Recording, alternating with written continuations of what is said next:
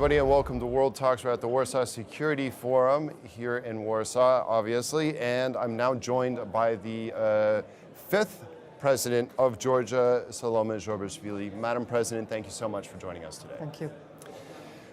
Now, the local elections are just around the corner. What is at stake in these elections, and what are you expecting? Nothing.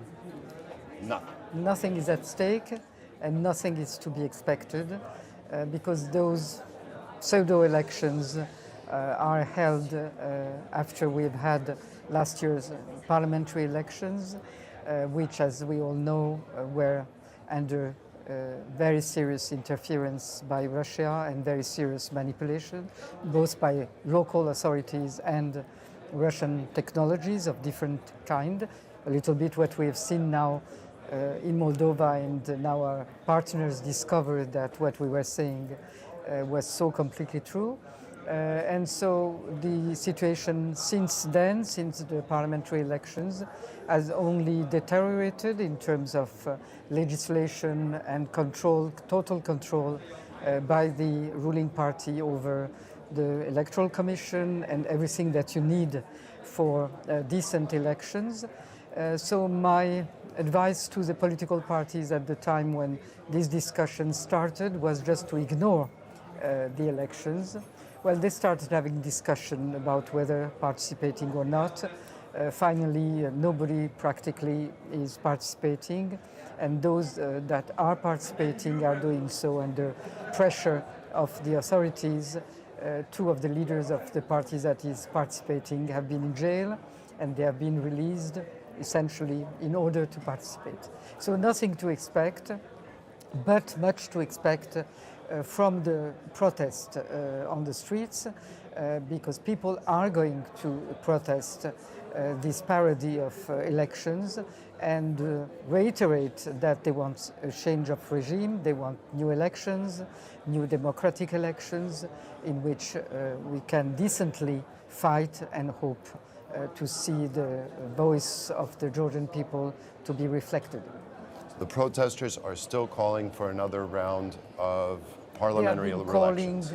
They have been calling for that. It has been very peaceful protest for now 308 days without any stop, without any change of mind, and that shows something that is not always in the Georgian character, which is very steady and resilient. Resilience has been in the character, but this steady protest is something a little bit new, and new in many countries. I don't think that we have many things to compare to.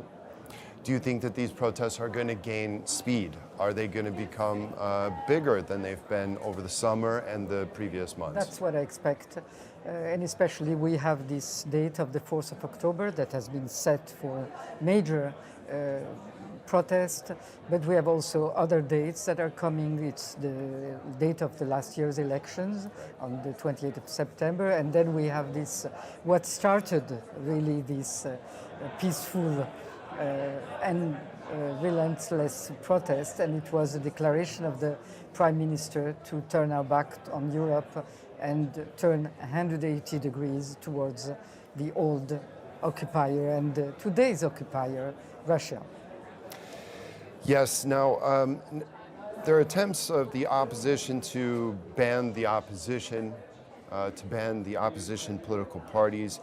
Would that mean essentially the total consolidation of power in Georgia and the end of democracy? No, it would be an attempt by the authorities to go one step further in the consolidation of power. They are already in jail practically, if not all the leaders of the opposition parties. 80% of them are in jail. That has not changed the situation on the streets. And it's a little bit like they're targeting there and it's coming out on the other side. This civil society is very resilient, and it has shown so over the months and months in very difficult times. And one should look at the fact that these people that are protesting peacefully, they are hit very hardly by fines, which are very high, by repression that hit their family, target their jobs. So it's really heroic to be standing on the streets these days. And it's not going to be easy, and just banning old political parties is not going to change anything because new political parties are emerging. So, are being formed. The Constitutional Court is to decide, I believe in October, whether to ban the United National Movement and some of its allies. Would that give all the power to Georgia Dream? Will the court bend in this direction? the Constitutional Court, as it did in my case, first when there was the impeachment, but then the Parliament did not vote it, so it didn't go through. But the Constitutional Court showed that it was completely devoted to the ruling party and did whatever it was expected. In the same way, the Constitutional Court refused to examine the plea that I presented and that the political parties on their side presented in December after the elections to contest the elections under two principles that were violated and that we then have brought to Strasbourg. Discrimination, because the diaspora was not allowed to vote properly, and the transparency of the voting ballots, which was also not respected.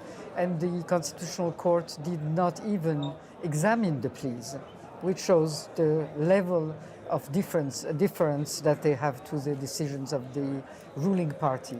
So nothing to be expected from the Constitutional Court, but direct application of what they are asked to do, and they will do it. But as I said, just banning the political parties will not change the street protests. On the contrary, it might give them even more life. And it will not change the fact that there are new structures that are emerging from this street protest. Like in many other countries, there is a new political life that is a bit different from what we have known until now.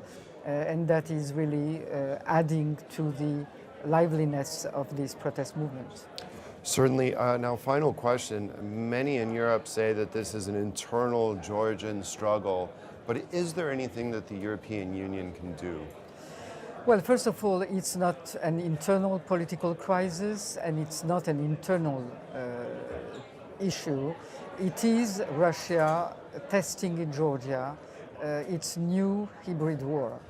The war in Ukraine that Russia has not been able to win is, in my view, I'm not making predictions, but is, in my view, the last of these type of wars, military, typically and only military wars.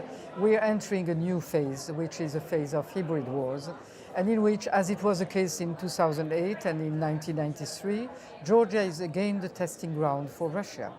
And we are being tested for hybrid war through elections, through propaganda, through this ruling party that is different to Russian instructions or advices or methodology. And that is what we're going to cyber attacks. All of that together is something that if it works in Georgia, it's going to be applied elsewhere. And we have seen the attempts in other countries. It's a global issue. It's not a local issue. I don't know what can be done today in terms of concrete support, but I think that understanding, attention to what's happening, and understanding that what is happening to Georgia can happen anywhere and without the need of common borders is something that will reinforce the strengths of our partners and hence our strengths. Okay, we'll be watching the developments in Georgia very carefully, and we wish you the best of luck in this fight for democracy. Your attention is needed. Thank you. Thank you very much. Sloma Zhorbachvili, President of Georgia, thank you so much for joining us here on TVP World. And that's all the time we have here on World Talks. Thank you for joining us, and stay with us for more here on TVP World.